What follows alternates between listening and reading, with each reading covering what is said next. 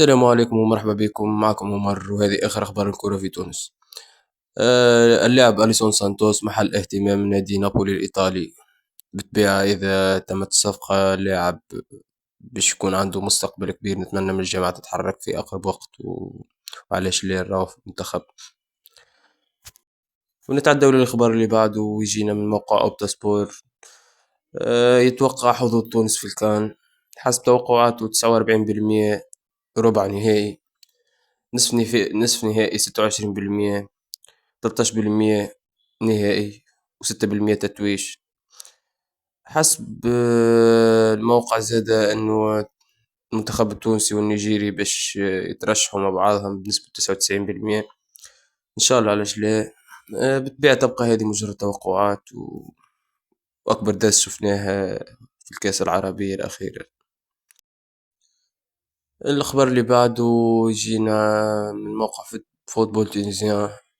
اللاعب المنتخب التونسي الطالبي ارتفاع جيد جدا في القيمة التسويقية 7 مليون يورو. الحق يعدي في برشا طرح باهين في لوريان ويستحق القيمة التسويقية وممكن أكثر حتى برشا. إن شاء الله نراوه في كيباه يستاهل. في تصريح فيه برشا ثقة. هنبع المجبري يصرح: هدفنا الفوز بكأس إفريقيا 2025. حق تصريح إن شاء الله يكون في بلاصتو. منحبوش نتغروا، منحبوش ثقة زايدة في رواحنا. أه ندخلوا نلعبوا كورة وإن شاء الله ربي يوفقنا إن شاء الله. والأخبار اللي بعده يجينا نقلا عن مهدي عبيد. سيكون مفاجأة كأس إفريقيا بحول الله تعالى. سيباستيان تونكتي أظهر إمكانيات جيدة جدا عند دخوله يوم الأمس في الشوط الثاني من مواجهة بوتسوانا. تونكتي لعب كجناح أيسر، العاشوري على اليمين قبل تعويضه بسليتي. شوات مهاجم، بالتوفيق لكل النسور. على ما أظن مهدي كان حاضر، ما نعرفش بالضبط. لكن على حسب كلامه إنه تونكتي عدى طرح باهي وممكن يورينا حاجة باهية في الكان الجاي هذا إن شاء الله.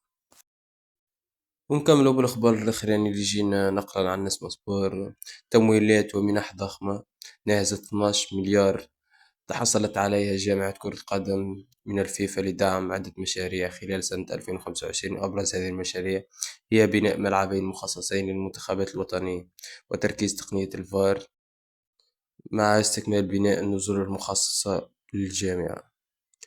نتمنى هالفلوس بالرسمي تمشي في ملاعب كما يحكي وإن شاء الله علاش لا نشوفوا ملاعب في مستوى الكرة التونسية، ترجع كرتنا كما كانت.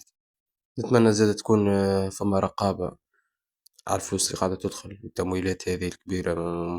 ما نشراو في حتى نتائج، خاطر تمويل بالمليارات وما نشراو حتى في بناء استاد واحد إعادة ولا حتى إعادة تهيئة. سؤال يطرح نفس السؤال الكبير. إن شاء الله إن شاء الله نشوفوا الفلوس هذه في بلاصتها. هكا نكون وصلنا لآخر الحلقة. إن شاء الله عجبكم الفيديو وما تنساش تدعمنا بلايك وفولو وعايشكم الناس الكل ليلتكم زينة إن شاء الله.